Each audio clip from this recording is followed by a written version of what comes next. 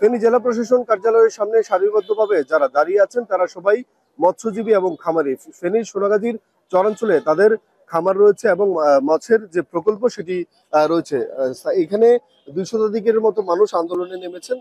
তারা জেলা প্রশাসন কার্যালয়ে এসে তাদের যে দাবি দেওয়া এবং তাদের যে অভিযোগগুলো আছে তারা তা জানাচ্ছেন। তারা বলছেন যে ফেনীর সোনাগাজীতে মৎস্য খামারিরা যারা রয়েছেন, যারা প্রকল্প করছেন, তারা কিন্তু নিরাপত্তাহীনতায় ভুগছেন এবং তাদের যে খামার রয়েছে সেসব খামারে কিন্তু এই যে গত 2024-এর 5ই আগস্টের পর থেকে কিন্তু তাদের খামারে বিভিন্ন স্থানে কিন্তু প্রকাশ্যে লুটপাট এবং যে দখল এবং এই যে এইসব ঘটনা কিন্তু ঘটছে। তারা বলছেন যে প্রকাশ্যেই কিন্তু যারা দখলদারি রয়েছে, লুটপাটকারীরা রয়েছে, তারা কিন্তু এসব খামারে আক্রমণ করছেন এবং পুকুরের দিঘির এবং তাদের যে মৎস্য প্রকল্প রয়েছে সেগুলোর পুকুরের আল কেটে কিন্তু প্রকাশ্যে দিনে দুপুরে কিন্তু মাছ লুট করে নিয়ে যাচ্ছে এক ধরনের অপরাধী চক্র। তারা বলছেন যে গত 1 অক্টোবর চরখন্দকার গ্রামে খামারিদের 16টি পুকুরের যে পাট সেটি কেটে কিন্তু প্রায় কোটি টাকার মাছ কিন্তু লুট হয়েছে। এছাড়াও খামারিরা 2জন আসামিকে ধরে নিয়ে কিন্তু পুলিশের কাছে মামলা দিয়েছে,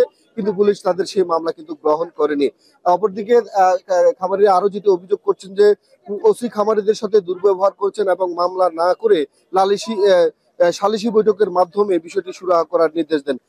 এছাড়াও খামারিরা আরো যেটি অভিযোগ করেছেন যে সোনাগাজী যে সার্কেল রয়েছে পুলিশের, সেই সার্কেলের পুলিশ সুপার যিনি রয়েছেন তিনি মাছ লুটকারীদের সাথে তার সখ্যতা রয়েছে বলে স্থানীয়রা যারা তারা অভিযোগ করেছেন। স্থানীয়রা বলছেন যে এই যে প্রকাশ্যে তাদের মৎস্য প্রকল্প এবং পুকুরের যে আল কেটে মাছ নিয়ে যাওয়ার যে প্রবণতা সেটি কিন্তু বাড়ছে। তারা কিন্তু পুলিশ প্রশাসন থেকে শুরু করে স্থানীয় প্রশাসন এবং জেলা প্রশাসন সব জায়গায় কিন্তু অভিযোগ দিয়েও কিন্তু তারা কোনো ধরনের সুরাহা কিন্তু তারা পাচ্ছেন না। স্থানীয়রা যেটি বলছেন যে এইসব অভিযোগের এবং এই যে চিত্র চলে আসছে এটির একটি সমাধানের জন্য এবং এই বিষয়টি নিষ্পত্তির জন্য কিন্তু তারা আজকে ফেনী জেলা প্রশাসন কার্যালয়ের সামনে দাঁড়িয়েছেন এবং তাদের এই মানববন্ধন, তারা যেটি বলছেন এই মানববন্ধনের মাধ্যমে তারা জেলা প্রশাসন, পুলিশ প্রশাসন এবং ফেনীর যারা রয়েছেন তাদের কাছে দাবি তুলছেন যে তাদের যে সোনাগাজীর চরাঞ্চলে যেসব খামার রয়েছে, যেসব প্রকল্প রয়েছে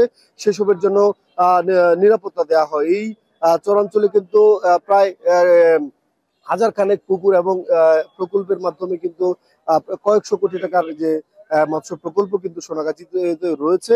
এই প্রকল্প কিন্তু গত 2024-এর 5ই আগস্টের পরে কিন্তু নানাভাবে দখল হয়ে আসছে। প্রকাশ্যে দিনে দুপুরে কিন্তু এসব মৎস্য প্রকল্প দখল হচ্ছে বলে স্থানীয়রা অভিযোগ করেছেন। তারা বলছেন যে স্থানীয় পুলিশ প্রশাসন এবং জেলা প্রশাসন যদি এ বিষয়ে আর একটু যত্নশীল হয় তাহলে ব্যবস্থা নেয়, তাহলে এই পরিস্থিতি থেকে তারা উত্তরণ পাবে বলে তারা মনে করছেন।